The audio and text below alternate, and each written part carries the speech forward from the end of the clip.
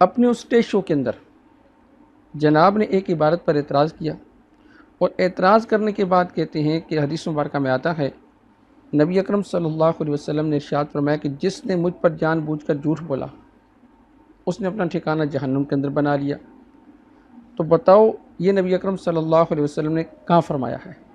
بخاری کی پہلی حدیث ہے، جس نے میری طرف جھوٹ منسوخ کیا وہ اپنا مقام جہنم میں دیکھ لے۔ اب مجھے بتاؤ کہ رسول اللہ نے کب فرمایا کہ میری قبر میں بیویاں مجھ پہ پیش کی جائیں؟ بتاؤ، تم نے رسول اللہ پہ جھوٹ باندھا۔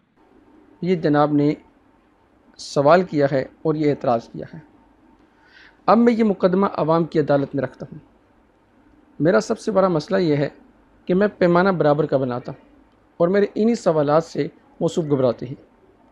دیکھیں، اگر ایک بندہ یہ چاہتا ہے کہ مجھے سوال کا حق دیا جائے اور میں دوسروں کے عقائد کے بارے میں، ان کی عبارتوں کے بارے میں، ان کے بزرگوں کے بارے میں، ان کے مسائل کے بارے میں سوال کروں اور مجھے یہ حق دیا جائے کہ میں سوال کر سکتا ہوں، تو اسی طرح دوسرے آدمی کو بھی یہ حق دینا چاہیے کہ وہ بھی آپ سے ان باتوں کے بارے میں سوال کرے جو آپ نے اپنے لیکچر کے اندر ریکارڈ کروائی ہیں، جن مسائل پر آپ نے چیلنج دیا ہے، جو قرآن و حدیث کے اندر آپ نے خیانتیں کی ہیں، جو قرآن و حدیث کے اندر آپ نے جھوٹ بولا ہے۔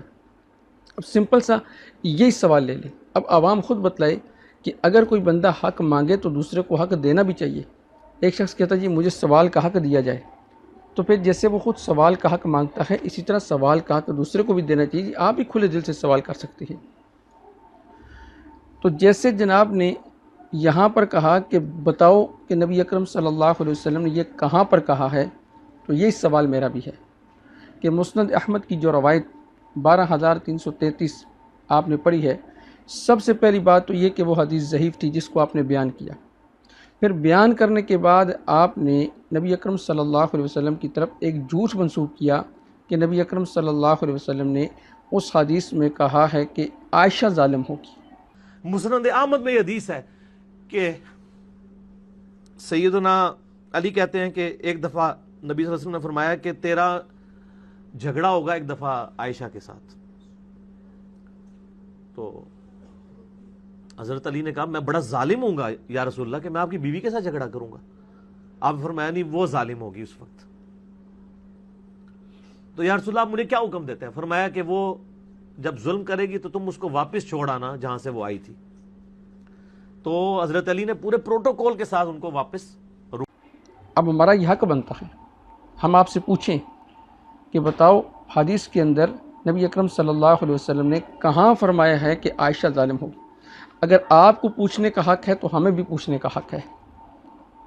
تو جیسے آپ کہتے ہیں کہ جو نبی اکرم صلی اللہ علیہ وسلم پر جان بوجھ کر جھوٹ بولے گا اس کا ٹھکانہ جہنم کے اندر ہے، اسی طرح ہم بھی کہتے ہیں کہ جو نبی اکرم صلی اللہ علیہ وسلم پر جھوٹ بولے گا اس کا ٹھکانہ جہنم کے اندر ہے۔ اس میں دونوں کا اتفاق ہو گیا۔ اب نتیجہ یہ نکالنا ہے کہ جھوٹ بولا کس نے ہے۔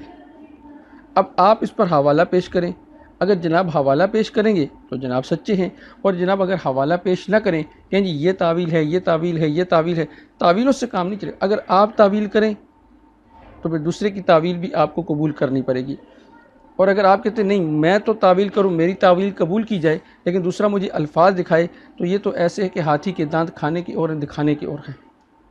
یہ انصاف نہیں ہے۔ انصاف یہ ہے آپ بھی الفاظ دکھائیں، ان سے بھی الفاظ کا مطالبہ کریں۔ انصاف یہ کہ اگر آپ تعویل کریں تو دوسرے کی تعویل کو بھی قبول کیا جائے۔ ایسا تو نہیں ہے آپ تعویل کریں، آپ کی تعویل قبول کی جائے اور دوسرا صراحتاً الفاظ دکھلائے تب اس کے الفاظ قبول کیے جائیں گے۔ یہ تو میں نے ایک جھوٹ سکھلایا ہے۔ نمبر 2، واقعہ کربلا کا حقیقی پس منظر۔ اس کے صفحہ نمبر 3 پر جناب نے ایک نوٹ لکھا۔ اس نوٹ میں جناب لکھتے ہیں کہ سب سے پہلے سیدنا علی رضی اللہ تعالی عنہ نے ہی سیدنا عثمان رضی اللہ تعالی عنہ کی بیعت کی، لہذا سیدنا عثمان رضی اللہ تعالی عنہ کی شہادت کے بعد سیدنا علی رضی اللہ تعالی عنہ سے بڑھ کر کوئی بھی شخص خلافت کا حقدار نہیں تھا، اس لیے صحابہ رضوان اللہ علیہم اجمعین نے سیدنا علی رضی اللہ تعالی عنہ کو سیدنا عثمان رضی اللہ تعالی عنہ کے بعد خلیفہ چن لیا تھا۔ صحیح بخاری حدیث نمبر 3700 اور 7207۔ میرا مطالبہ یہ ہے جیسے آپ نے مطالبہ کیا کہ بتاؤ نبی اکرم صلی اللہ علیہ وسلم نے یہ بات کہاں ارشاد فرمائی ہے، تو میرا بھی مطالبہ یہ ہے کہ یہ جو آپ نے 2 حدیثوں کے نمبر دکھائے، ان دو حدیثوں میں سے مجھے یہ الفاظ نکال کے دے دیں جو آپ نے الفاظ اپنے واقعہ کربلا کا حقیقی پس منظر اس میں نقل کیے ہیں۔ اور آپ نے باقاعدہ حدیث کا حوالہ دیا ہے جناب نے، تو اس کا مطلب یہ ہے کہ آپ نے نبی اکرم صلی اللہ علیہ وسلم پر جان بوجھ کر جھوٹ بولا، اور حدیث آپ نے خود بیان کر دی کہ جس نے نبی اکرم صلی اللہ علیہ وسلم پر جان بوجھ کر جھوٹ بولا اس نے اپنا ٹھکانہ جہنم میں بنا لیا۔ اب اس حدیث کی روح سے آپ نے خود ہی بیان کی، تو کیا میں آپ کو کہہ سکتا ہوں کہ آپ نے حدیث کو بیان کر کے اپنا ٹھکانہ جہنم میں بنا لیا؟ فیصلہ عوام خود کرے گی۔